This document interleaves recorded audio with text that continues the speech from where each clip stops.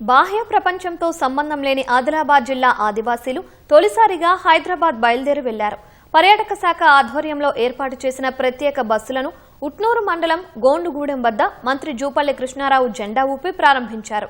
3 ఆదివాసీ పల్లెల నుంచి 250 మంది ఆదివాసీలు 7 ప్రత్యేక బస్సులో హైదరాబాద్ బయలుదేరారు. 2 రోజుల పాటు హైదరాబాద్లోని అంతర్జాతీయ విమానాశ్రయం, చార్మినార్, గోల్కొండ కోట, తారామతి, బారాదరి, లుంబిని పార్క్, శిల్పారామం వంటి పర్యాటక ప్రాంతాలను సందర్శించనున్నారు.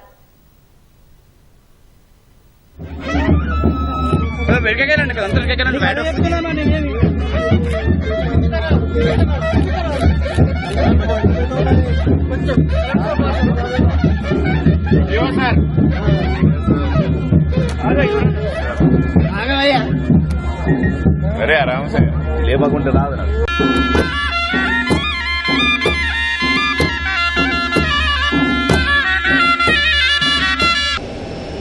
సాధారణంగా హైదరాబాద్ వాసులకు టూరిజం అంటే ఆదిలాబాదు అడవులు, జలపాతాలు, కవ్వాల్ టైగర్ రిజర్వ్, సఫారీలు ఇలాంటివన్నీ వస్తాయి.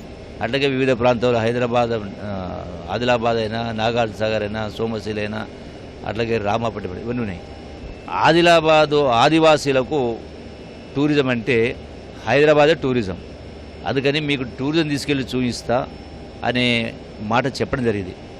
ఉద్దేశం ఏంటంటే ఇవి చూడడం ద్వారా నాగరిక ప్రపంచము, అభివృద్ధి, చదువులు యొక్క విద్యా సంస్థలు ఇవన్నీ చూపించడం ద్వారా వాళ్ళకు కూడా ప్రేరణ కలగాలి, ఆలోచన రావాలి, వాళ్ళు కూడా అభివృద్ధిలో భాగస్వాములు కావాలి. యావత్ ప్రపంచాన్ని పరిస్థితి తెలియాల్సిన అవసరం ఉంది.